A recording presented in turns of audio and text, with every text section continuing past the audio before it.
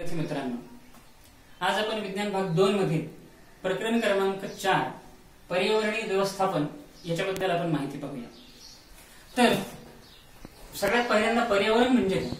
आता आपण वर्ग 5वी पासून पर्यावरण या शब्दाचा अर्थ किंवा पर्यावरण हा शब्द ऐकत आलो. तर पृथ्वीवर जे काही वेगवेगळे घटक आहेत, मग ते जैविक असतील, अजैविक असतील, याचबरोबर वातावरण, जलावरण आणि शिलावरण या सर्व एकत्र आल्यानंतर तयार होतं ते पर्यावरण. आणि अशा या पर्यावरणातील सर्व घटकांचा, पर्यावरणामधील सर्व घटकांचा एकत्रितपणे आपल्याला अभ्यास करायचा आहे. तो या प्रकरणामध्ये पर्यावरणीय व्यवस्थापन. तर मग थोडंसं विस्तृतपणे आपण याची माहिती घेऊया. तर सुरुवातीला आपण बघूया की पर्यावरण याच्यामध्ये परिसंस्था येते. या परिसंस्थेलाच आपण इंग्रजीमध्ये इकॉलॉजी असं म्हणतो. स्वतंत्र असं हे एक शास्त्र आहे आणि या इकॉलॉजीचा स्वतंत्र असा पुढच्या अभ्यासक्रमामध्ये आपण अभ्यास करतो. तर या परिसंस्थेमध्ये अजैविक आणि जैविक घटक मिळून जी तयार होते त्याला आपण परिसंस्था असं म्हणतो. किंवा त्याला आपण असं इंग्रजीत त्याची आपल्याला अशी व्याख्या करता येते, the study of biotic and abiotic agents. This is commonly called ecology. Biotic म्हणजे जैविक, अबायोटिक म्हणजे अजैविक, या दोन्ही घटकांचा एकत्रितपणे अभ्यास करणाऱ्या शाखेला इकॉलॉजी किंवा परिसंस्था असं आपण म्हणतो. तर अजैविक घटक, ज्याला आपण अजैविक म्हणूया किंवा निर्जीव म्हणूया, की अशा या घटकांचा समावेश या अजैविक घटकांमध्ये होतो. वातावरणामधील हवा, पाणी यांसारख्या घटकांना आपण अजैविक घटक म्हणतो. तर जैविक घटक म्हणजे वनस्पती, प्राणी आणि सूक्ष्मजीव म्हणजे सजीव आहेत, यांचा समावेश या जैविक घटकामध्ये होत असतो.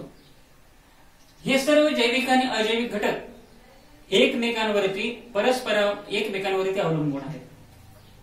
आपण जर पर्यावरणामध्ये पाहिलं तर आपल्या लक्षात येतं की अजैविक घटक म्हणजे ऊन आहे, सूर्यप्रकाश.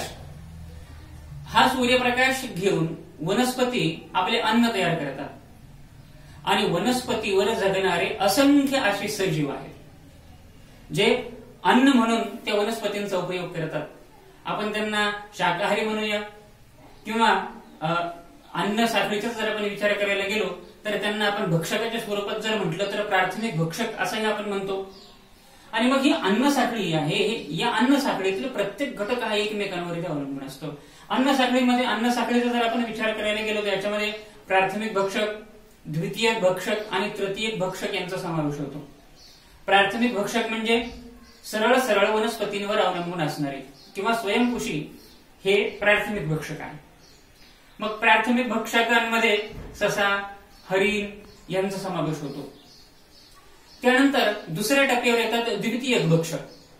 मग द्वितीय भक्षक म्हणजे लांडगा, कोल्हा यांसारखे प्राणी की जे ससा किंवा हरिण या प्राण्यांची शिकार करून त्यांना खातात.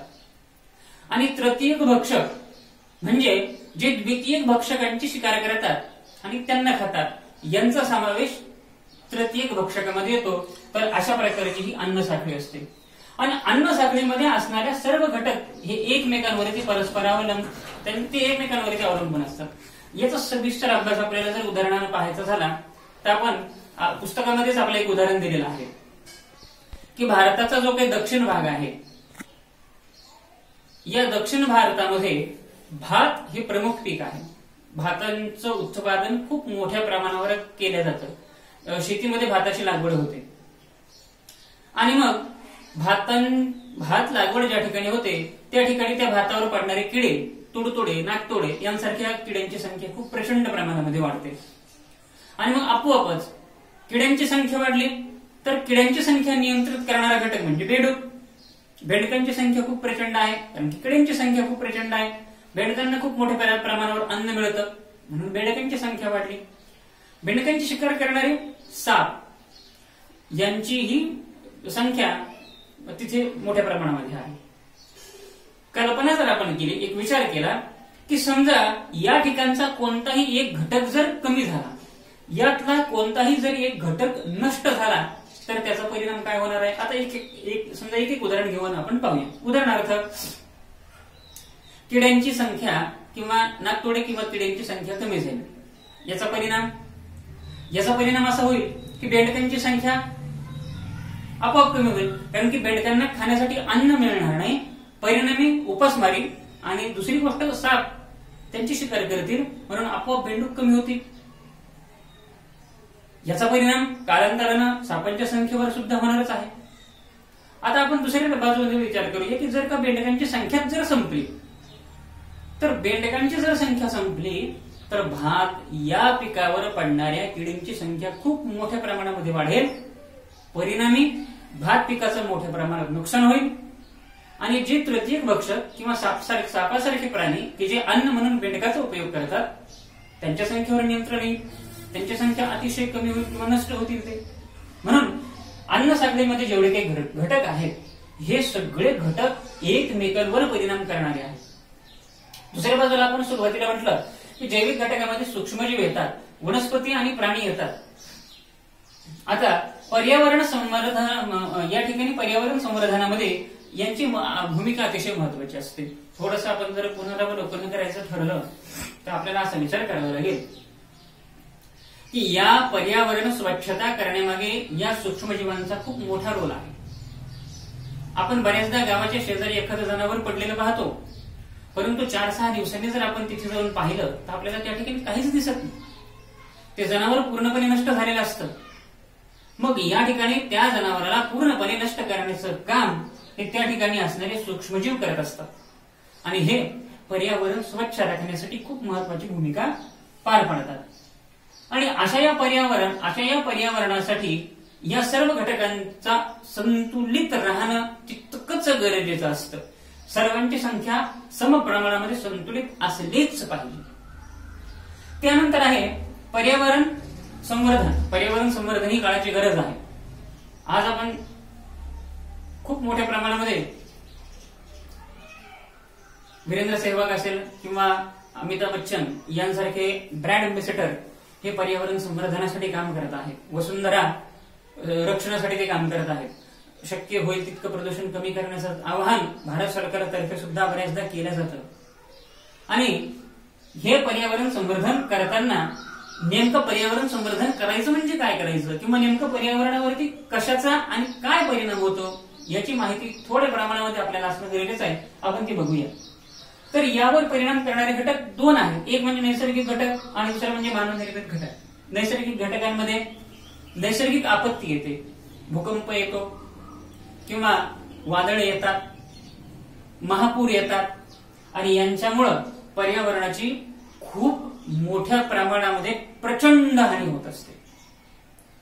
त्याचबरोबर मानवनिर्मित घटक सुद्धा आहेत. उदाहरणार्थ, आपण औद्योगिकरणामुळे किंवा आपण विकासाच्या नावाखाली संपूर्णपणे पर्यावरणाची रास करत आहोत. आज आपण जर विचार केला एका बाजूला संपूर्ण जगाच्या बाबतीमध्ये एकट्या अमेरिकेचं प्रदूषण हे एका बाजूला आणि संपूर्ण जगाचं प्रदूषण दुसऱ्या बाजूला आहे. एकूण लोकसंख्येपैकी अमेरिकेमध्ये प्रत्येक माणसामागे 3 वाहने वापरतात. अमेरिकेमध्ये एवढी 3 वाहने आहेत.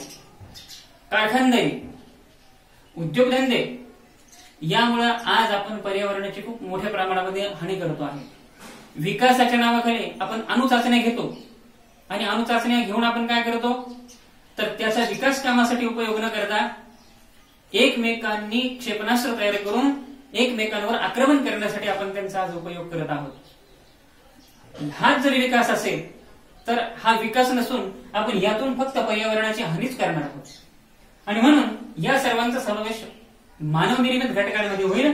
मानवनिर्मित हे पर्यावरणावर परिणाम करणारे घटक आहेत. यांच्यामुळे खूप मोठ्या प्रमाणामध्ये आपण पर्यावरणाची हानी करत आहोत. ही हानी कशा पद्धतीने होते तर तिन्ही माध्यमामध्ये भूमी, जल आणि वायू या तिन्ही घटकांचं आपण प्रदूषण करत आहोत. भूमी प्रदूषणामध्ये आपण वाढती लोकसंख्या आणि वाढत्या लोकसंख्येच्या अन्नाची गरज भागवण्यासाठी, अन्नधान्याची गरज भागवण्यासाठी आपण शेतीसाठी सुधारित तंत्रज्ञान विकसित केलं असं आपण म्हणतो. रासायनिक खते आणि रासायनिक कीटकनाशके यांचा बेसुमार आपण वापर करत आहोत. एकट्या पंजाबच्या बाबतीत जरी आपण विचार करायचं झालं तर पंजाबमध्ये खूप मोठ्या प्रमाणावर रासायनिक खतांचा वापर होतो आहे. आणि यामुळं आज पंजाबमध्ये तिथली जमीन ही नापीक व्हायच्या मार्गावर आली आहे. आणि म्हणून आपण नवनवीन तंत्रज्ञान विकसित करून जैविक पद्धतीने जैविक पदार्थांचा जैविक घटकांचा वापर करून शेतीमध्ये नवीन तंत्रज्ञान विकसित करणं गरजेचं आहे. पण आपल्याला तिकडे जायचं नाहीये. परंतु भूमी प्रदूषण हे खूप मोठ्या प्रमाणावर होतं. शेती 5 ते 8 सेंटीमीटर थराची माती तयार होण्यासाठी साधारण 800 ते 1000 वर्ष लागतात.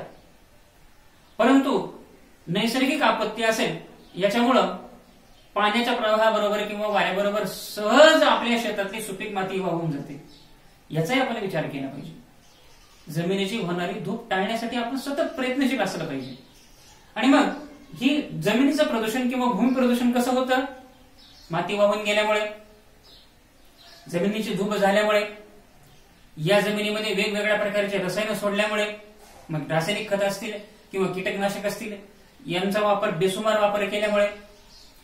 आणि मग हे सर्व रोखण्यासाठी आपण जर का झाडांची लागवड केली तर झाडांची मुळं मातीला घट्ट धरून ठेवतात, पाणी धरून ठेवतात, जेणेकरून जमिनीची कमीत कमी धूप होण्यासाठी झाडं आपल्याला मदत करतील.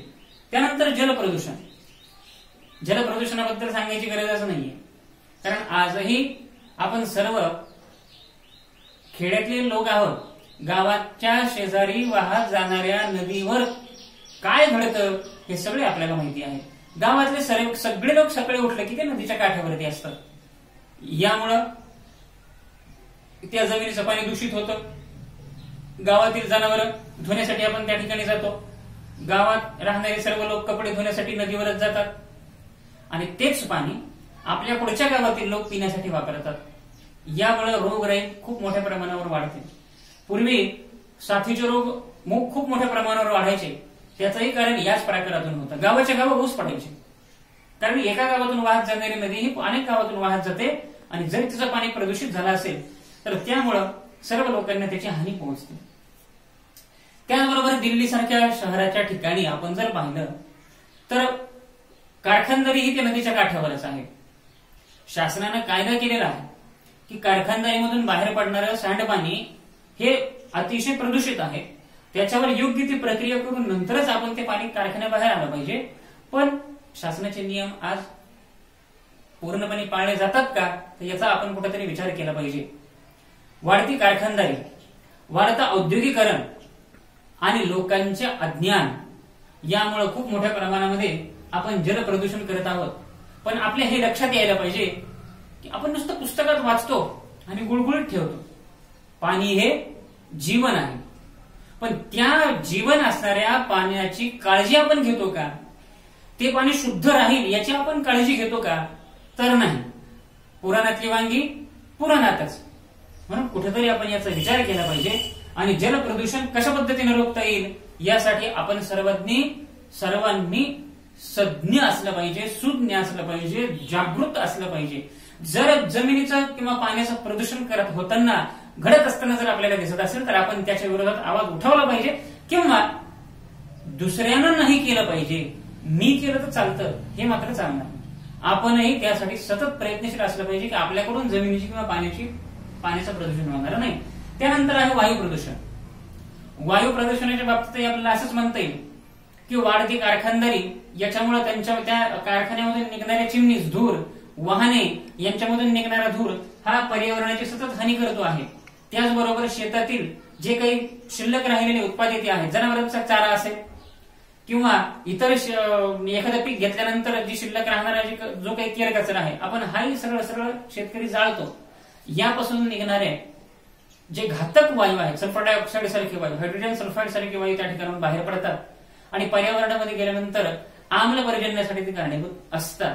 याकरिता आपण तेही कमी केलं पाहिजे किंवा घडणारच नाही यासाठी सुद्धा आपण प्रयत्नशील असलं पाहिजे. पर्यावरण संवर्धनाची गरज काय आहे? भूमी पाणी, जल आणि वायू हे तिन्ही घटक आपल्या जगण्यासाठी आपल्यासाठी अत्यावश्यक घटक आहेत. हे जर पुरेशा प्रमाणामध्ये किंवा हे जर चांगल्या प्रमाणात आपल्याला मिळणार नसतील तर आपण या ठिकाणी जगूच शकत नाही. आपल्यावरती येणारे जे काही रोज नवनवीन संकट आहेत, ह्या ज्या काही नैसर्गिक आपत्ती आहेत, यासाठी कुठेतरी आपण स्वतः जबाबदार आहोत आणि म्हणून आपण त्यासाठी जागृत असणं गरजेचं आहे. शासनही जागृत होत आहे.